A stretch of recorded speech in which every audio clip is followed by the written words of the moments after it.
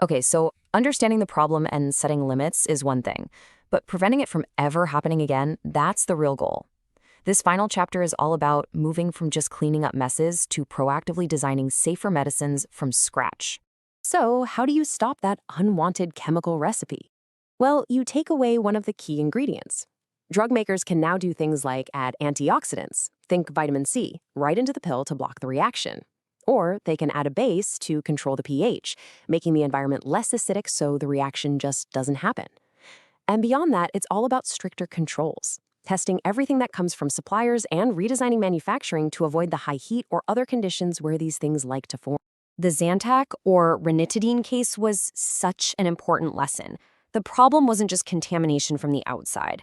The drug molecule itself was the issue. It was just inherently unstable. Over time, or if it got too warm, it could literally break down and form its own NDMA.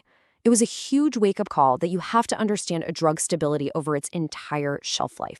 The pioglitazone case, on the other hand, was a textbook example of contamination.